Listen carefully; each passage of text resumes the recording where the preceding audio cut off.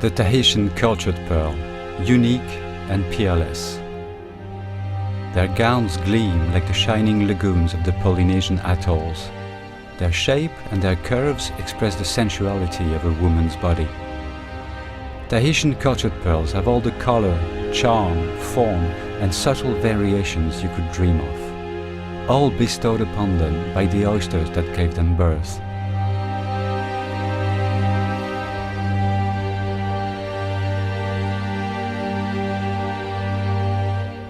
According to some Polynesian legends, our pearl-bearing oyster is called Te Ufi.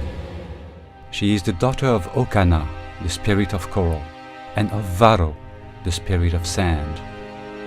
She wears the sparkling coat of every tropical fish in her domain. She was so beautiful that Oro, the god of peace and fertility, came down to earth riding a rainbow and gave her the pearl as a present to mankind. From Te Ufi's coat and Oro's rainbow was born the iridescence of our pearls.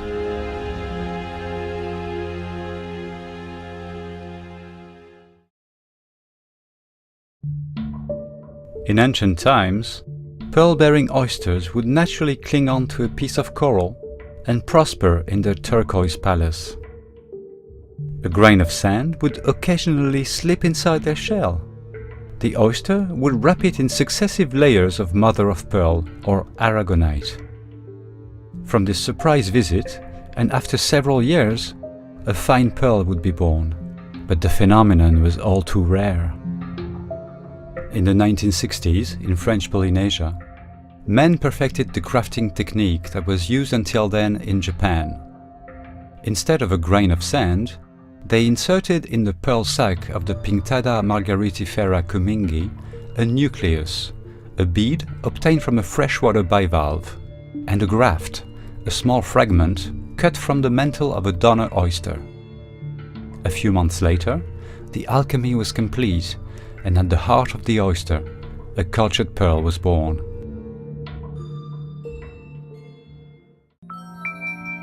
The French word for mother of pearl is nacre. It is derived from the Persian word nakar, meaning iridescent.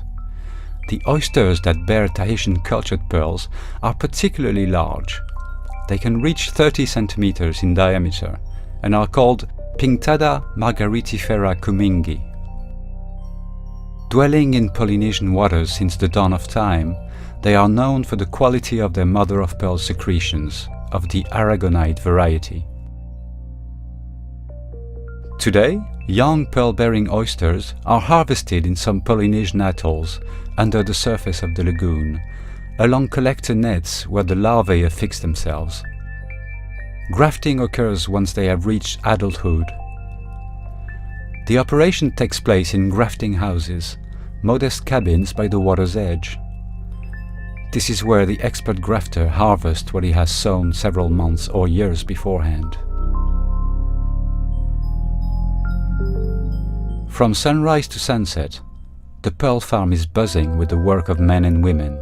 Their hands protected by thick gloves, they pull the collector nets out of the water, untie the young oysters, pierce their shell and clean them. This work allows them to remain on their isolated atolls and to make a decent living. Pearls are slow to take shape. They know not the meaning of haste, taking 18 months to reach maturity. Day after day, hundreds of fine layers of aragonite crystals build up around the nucleus and the graft that the expert grafter has placed in the oyster's pearl sac. On this secret alchemy depend the color of the pearl and the depth of her shine. Then, man removes the oyster from its lagoon and opens the secret chamber where the young beauty has grown. The pearl offers no resistance. She is extracted from the pearl sac, naked and defenseless. Man can then observe her, judge her, measure her, then classify her according to her diameter, her color, her shape, and the quality of her surface.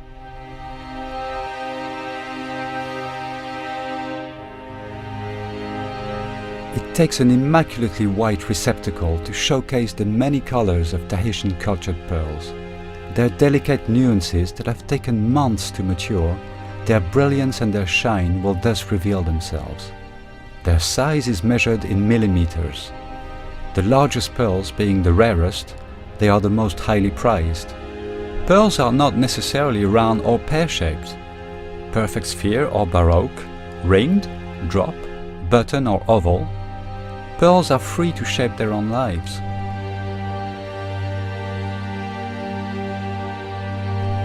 Keishis are another example of pearl's whimsical nature. Sometimes the oyster rejects the nucleus to keep only the graft. The result is a tiny pearl of indefinite shape, but just as vibrant in color.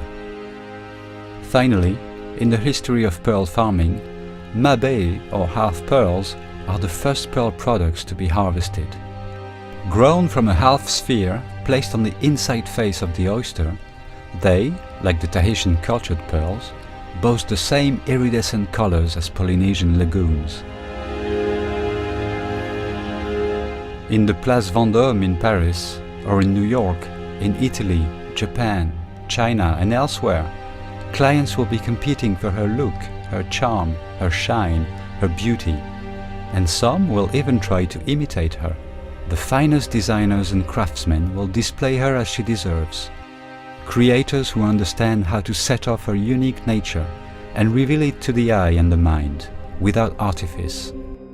She is also unique for being the only one in the world whose color is natural, without any mechanical or chemical treatment. In 1988, the International Confederation of Jewelry, Silverware, Diamonds and Stones awarded her the official designation Tahitian Cultured Pearl.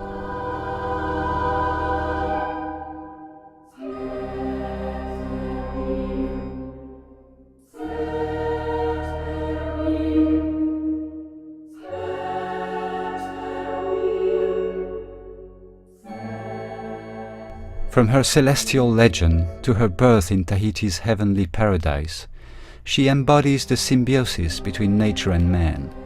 He will give her his undivided attention. Cherish her. Make her sparkle brightly so that she reveals her true colors to the whole world.